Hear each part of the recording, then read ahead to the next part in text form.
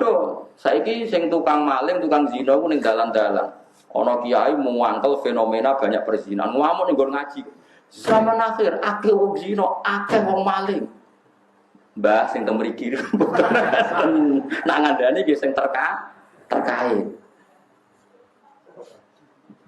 Paham sing kula maksud begini. Tapi aja jerok-jerok cerita ilmu juga dadi fitnah. Seneng fitnah. Pokoke ilmu ora usah dadi fitnah. Pokoke yo mau kowe juga selamat tem yo wajib. Lah kowe ora ora selamat, maka wajib menjauhi. Tapi nek ana wong yakin selamat mareki ki aja suudon. Piye-piye ana potensi proses tarbiyatul ummah, membina no. Yo ngono wae. Lah pase piye ora ana pase pokoke ngono. Yes ngono, yes ora ono pasis pokoke ngono. Mane kata cerita teng Indonesia itu ngoten niku. Ono wali kata Sunan Ampel, ya ono wali kata Sunan Kalijogo. Semanjane wong bulet-bulet. Sampai akhirnya kudu gawe wayang, gawe gong. Ya kan masyhur itu. Kalijogo saking ngene dakwah teng daerah Pajang, di daerah mriki lah, mulai Pajang daerah mriki. Wis ragen nopo tugi mriki. Sampai gawe wayang tengul wayang wong. Sunan Giri gak terima, itu haram gawe patung. Wong nak gawe patung, sampeyan dikon ngekeki nyawa. Sunan Kalijogo rapati tau ngaji, mantan preman dadi wali. Ngaji faslun ya, gak pati tau ngaji. Walhasil akhirnya di tengah-tengah mbek Sunan Kudus sing luwih alim, luwih senior. Ya ngene ae. Wayange iki dipeokno wae, terus dadi wayang kulit. Perkarane nak wayang tengul iku patung. Tapi nak trepes kulit itu serah kena dikei nyawang supaya nyat kabeh. Mulane kula nate sowan teng kiai niku kiai alim dikei hadiah mebel lemari saka Jepara. Niku gambare iku manuk bangun. Apik, wes apik tenan ukirane manuk tapi gulune iku protok. Perkarane pas teko langsung diketok wek kiai. Pas gulune tok ya sithik lho diketok. Nah takok ya kok diketok ya. Mergo ben ra urip. Nak diketok kan nak diketok kan asumsine kan kono ngekeki nyawa. Lah nek keketok ini kan gak iso. Lah ngetoke kok sithik wis mati jeng. Mergo ora dibuak kabeh ukirane elek. Paham nggih? Nak dibuak kabeh yo dene yo kepen di lemari larang. Dadi mau digraji ngangge graji besi sithik. Butuhe wis apa? Lah kok sithik, Mbah? Wong sithik wis mati. Wah, curang ya. Ya kok wayang kulit itu es penyet. Penyet itu urip ta mati? Mati. Nak dengul lah ijek. Wayang wong itu lah ijek fisik. Jadi mulai dhisik ku ya fikih ku ya diakali. Dadi ya mulane kula niku pinter ngakali fikih. Dhisik ya sono. Wali songo ya wis saged ngrekayasa sapa? Ngrekayasa apa? Fikih. Ini macam ngoten iku wong. Dadi wong kudu iso ngaji. Mulane kula suwun ki sampean kudu ya pinter ngaji. Hukum niku macam-macam. Sing penting barang maksiat tetep maksiat ila yaumil kiamat. Cuma nek ana wong proses nobatno umat Kanjeng Nabi dengan berbagai metode, kowe kok aja kecangkeman. Masyhur itu ada sahabat yang masih punya adat nyolong. Pamit Nabi ya Rasulullah sama wa Islam tapi jenengan aja nglarang kula nyolong. Dari Nabi sementing ki salat sing sregep. Bareng Nabi wong iku miri ada sahabat yang protes, ya Rasulullah kenapa engkau enggak tegas melarang dia nyolong. Dari Nabi dawe sayan habul. Engkau anggar sering sholat, tak suwe-suwe gak nyolong dia. Ya karena orang itu bertahap, semua kebaikan itu bertahap. Tapi Nabi gak pernah mengatakan nyolong itu halal. Mau tidak melarang saat itu. Beda loh yang mengatakan halal sama mau tidak melarang saat itu. Jadi beda. Ono wong Islam pamit Nabi buatin zakat, Nabi dia mental. Ya sebenarnya gue Islam. Ketika Nabi diprotes, kenapa engkau tidak menyuruh dia zakat? Nanti kalau Islamnya sudah benar akan zakat sendiri. Jadi yang haram tetap haram ila yaumil kiamat. Cuma orang mendesak kue kecangkeman munamuni. Paham ya? Lagi kadang sekarang tuh terlalu ekstrim, semua redaksi itu terlalu ekstrim. Makanya masyhur itu Rasulullah itu figur yang luar biasa. Ketika ada orang Arabi sholat, dia omong-omongan. Ya omongan mbek kancane. Jadi pas sholat Nabi dia kenalan sama tiang putih. Oh kalau tiang mriki udah santai. Omong-omongan. Oh kabeh sahabat nyentak bar sholat, sholat omongan rasa gitu. Tapi Nabi itu pinter. Setelah sahabat ramai itu ada apa ini ya Rasulullah sholat kok omong-omongan. Si Arabi tadi digandeng be Nabi. Nabi oleh ngendikan lucu, santai. Ya Arabi inna hadhi sholat munajatun. Ya sholat itu pancen omong-omongan tapi ngomongnya be pangeran ae. Ya ngomongnya be pangeran ae. Ke sholat itu munajah ma Allah. Ya omong-omongan tapi be pangeran. Nak omongan be manusa ora usah. La suhufia kalamun adamiyun berhubung sholat itu ngomongin be pangeran, ora pantes, ora layak digomongan be bani. Ini jare wong Arabi tadi. Fa wa ma wajadtu mualliman ahsana min Rasulillah sallallahu alaihi wasallam. Fa wa ma ghadibani wala naharoni walan taharoni demi Allah, beliau tidak menyentak saya, tidak memaki-maki saya. Beliau hanya ngendikan inna hadhi sholat munajatun la suhufia kalamun adamiyun. Jadi Nabi ya enak wae ngendikan. Iya cuma nyen salat iki ngomong-ngomongan, tapi ngomongnya mbek pengen. Yo dadi ora usah ngomong kabeh. Rasa. Baleni salat mboten Nabi ya. Mbok mate kok sedok kereng, padahal Nabi ini ngoten. Ora ora. Menika jenenge evolusi. Dadi Nabi ne bijak kena umate wis rapati napa? Ya mergo kurang ilmu, rata-rata ora bijak kurang apa? Kerengnya didisikno. Jadi kita ini itu terus belajar gitu, terus. Meskipun hal-hal yang mungkin kita duga dulu itu kontroversi, tapi sekarang itu kelihatan penting. Saya di Matolek Kajen itu pernah disuruh jadi narasumber fikih. Itu saya bilang begini, kamu masih muda harus belajar fikih yang luas. Termasuk kemungkinan sholat jenazah itu boleh jenazahnya di belakang. Meskipun itu aneh. Dan tidak perlu kamu lakukan karena kamu dianggap aneh. Tapi itu zaman Imam Nawawi yang ngarang Majmu' sudah dibicarakan. Jenazah di depan itu syarat sah atau adat. Mulai dulu lama bilang hanya adat. Hakada wajadna dzalika salafan wa khulafan. Panjen kita nak nyolati jenazah normalnya jenazah di depan. Tapi itu hanya adat. Enggak bisa kamu katakan syartus sihah syarat sah. Fa innal janazata laisat biman ziratil imam. Karena jenazah itu tidak imam, kenapa harus di depan? Ayo kena adu mentah kan. Saiki jenazah kok ngarep alasane opo? Ora imam kok didakok. Ngarep. Berhubung ra imam kok buri ora apa-apa, ora imam kok kudu kok ngarep. Ya tapi ora usah mbok lakoni. Ora usah. Tapi ini tetap penting. Sekarang kelihatan penting dalam konteks Arab Saudi. Itu ada di kitab Mahali, sama cari nanti di kitab Mahali. Kitab Mahali itu di atas kitab Fathul Wahab. Biasanya kalau dalam pondok itu kan kastanya kan Fathul Qorib, Fathul Mu'in, Fathul Wahab terus Mahali. Saya termasuk pengajar kitab Mahali. Jadi kan bantah aku ya iso ukur ilmumu. Misalnya kene takrib Pak Gus ning Mahali. Iki ora urusan sombong, nek bantah ukur dhewe mau kok takrib Fathul Mu'in, Fathul Wahab Mahali. Kena bantah ya ukur maksudnya. Ukur bar ngliwati mau. Bar ngliwati Fathul Qorib, Fathul Mu'in, Fathul Wahab bariku kowe golek aku. Ayo Gus bapak ya debat gak apa-apa. Itu di kitab Mahali diterangkan. Ketika seperti itu kita hanya mengatakan jenazah ya sudah di depan. Memang seperti dulu ya seperti itu jenazah di depan.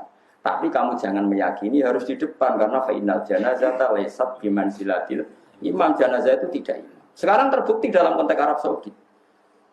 Dulu ketika saya kecil itu sering diceritani bapak saya yang haji. Kalau tiap maktubah itu ada jenazah yang dibawa ke depan untuk disolatkan di Masjid Haram. Paham ya? Jelas ya? Kita sepakatkan di sejarah seperti itu. Sampai ada tragedi yaitu ada senjata senapan laras panjang dibungkus ala nopo jenazah kemudian dibawa ke depan. Ketika pas disolati para teroris ini mau menggunakan senjata itu untuk nembakin nopo jamaah. Itu peristiwa tahun pinten ya 7 berapa 78 atau 82 pokoknya pernah itu terjadi. Pernah tahu dengar sama cerita itu. Terus sekarang di Arab Saudi tiap maktubah yang nate haji nate umrah tiap maktubah ada sholat jenazah enggak? Enggak, sama jawab saja. Ada kan? Sekarang loh. Ada enggak? Ada. Jenazahnya di mana? Enggak di depan apa di belakang? Di belakang, tetap di kamar jenazah. Aku tuh eling Imam Nawawi, cek mandi nih Imam Nawawi. Tapi ning Indonesia kira usah ngono. Jenazah pe gaya pisan kok ngarepe kok putus kok mburi. Wong Indonesia kan enggak mendesak untuk.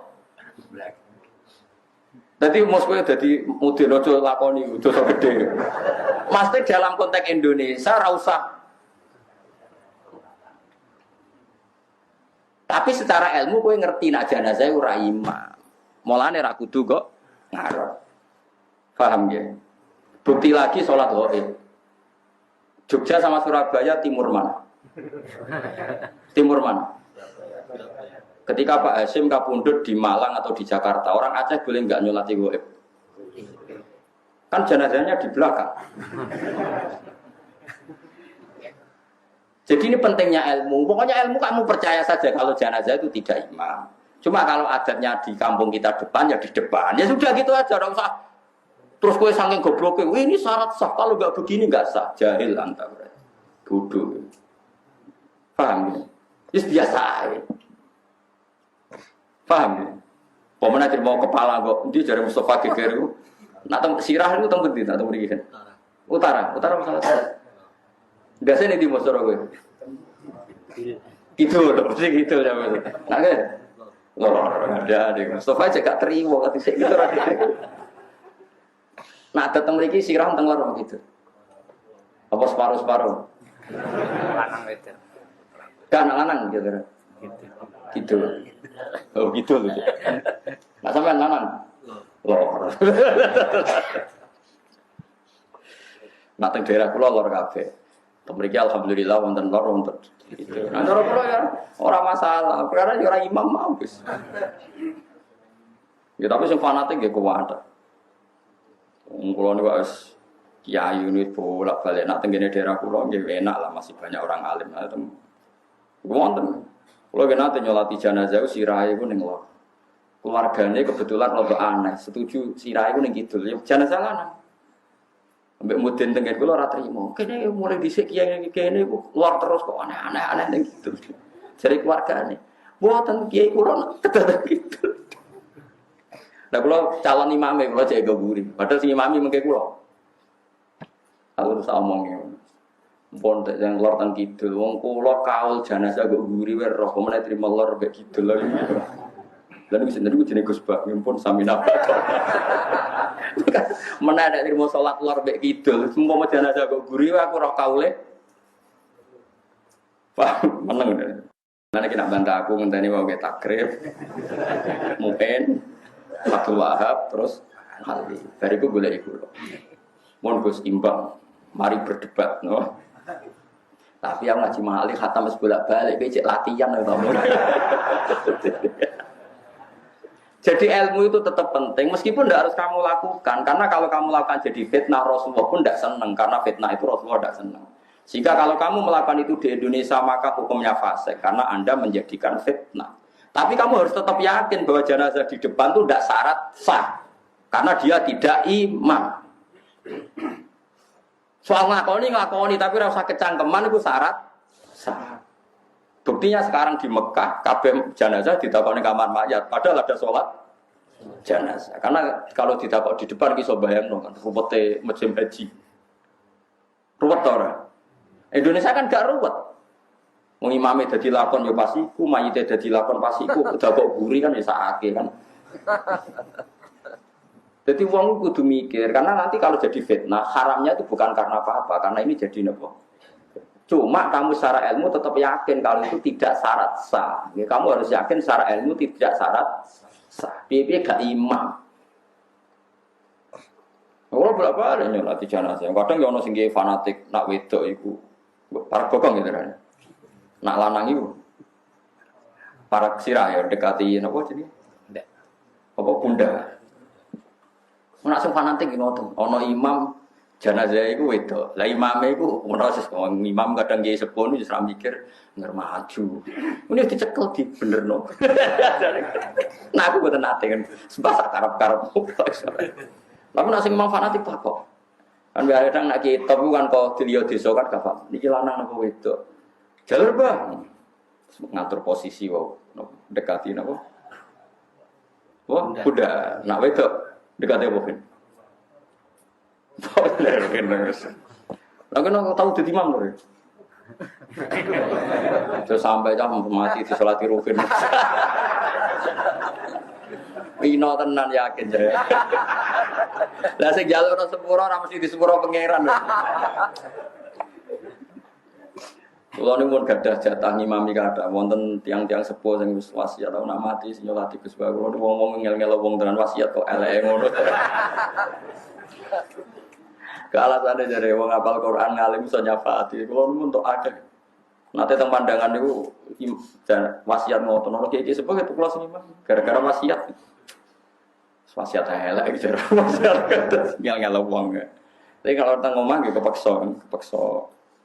Nak parah kena ado buatan.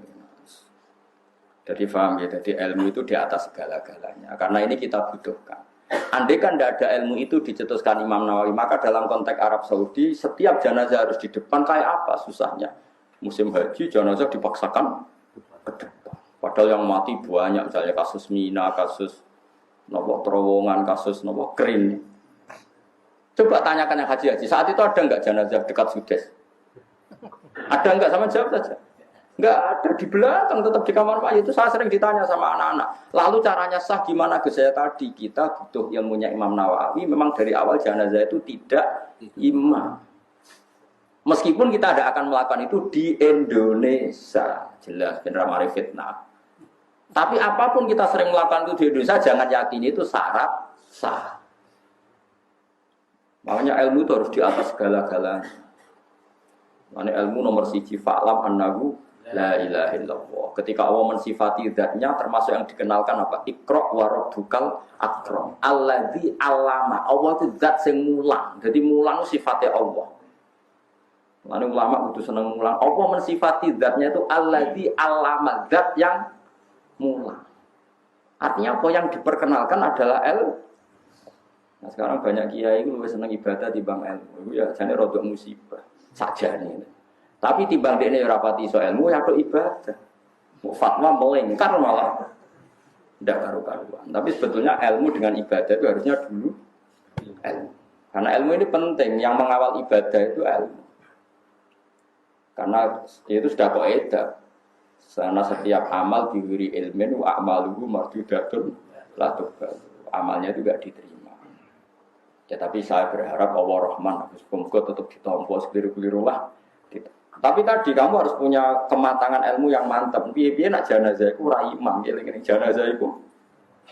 Sehingga kita mudah menganalisis kenapa jenazah di Surabaya orang Jogja boleh sholat, jenazah di Jakarta orang Aceh boleh sholat. Padahal jenazah di belakang, karena memang awalnya jenazah tidak imam.